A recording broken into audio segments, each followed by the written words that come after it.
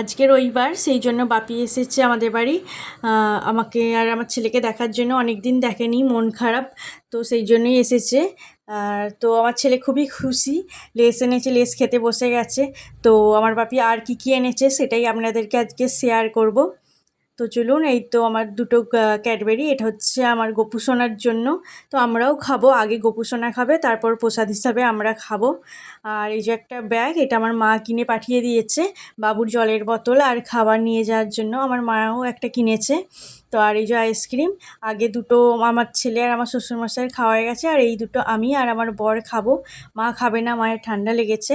আর এই যে মিষ্টি, বাগনানের মিষ্টি, আমার বাপের বাড়ি যেহেতু বাগনান, তো সেখানকারই মিষ্টি। এই যে মিল্ককেক এনেছে, মিল্ককেক আমি আমার বর খেতে খুবই পছন্দ করি, তো আমি আগেই হাফটা খেয়ে নিয়েছিলাম। তো তারপরে ভিডিওটা করেছিলাম, দেখুন হাফ খাওয়া হয়ে গেছে।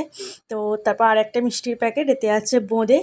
তো আমরা বোঁদেও খেতে খুব পছন্দ করি আর সবাই খায়ও, সেই জন্য আমি এটাই আনতে বলেছিলাম, এনেছে। আর এই যে দুটো কুরকুরের প্যাকেট আর লেস, একটা আগেই আমার ছেলে খেয়ে নিয়েছে। তো ভিডিওটি কেমন লাগলো প্লিজ জানাবেন কমেন্ট।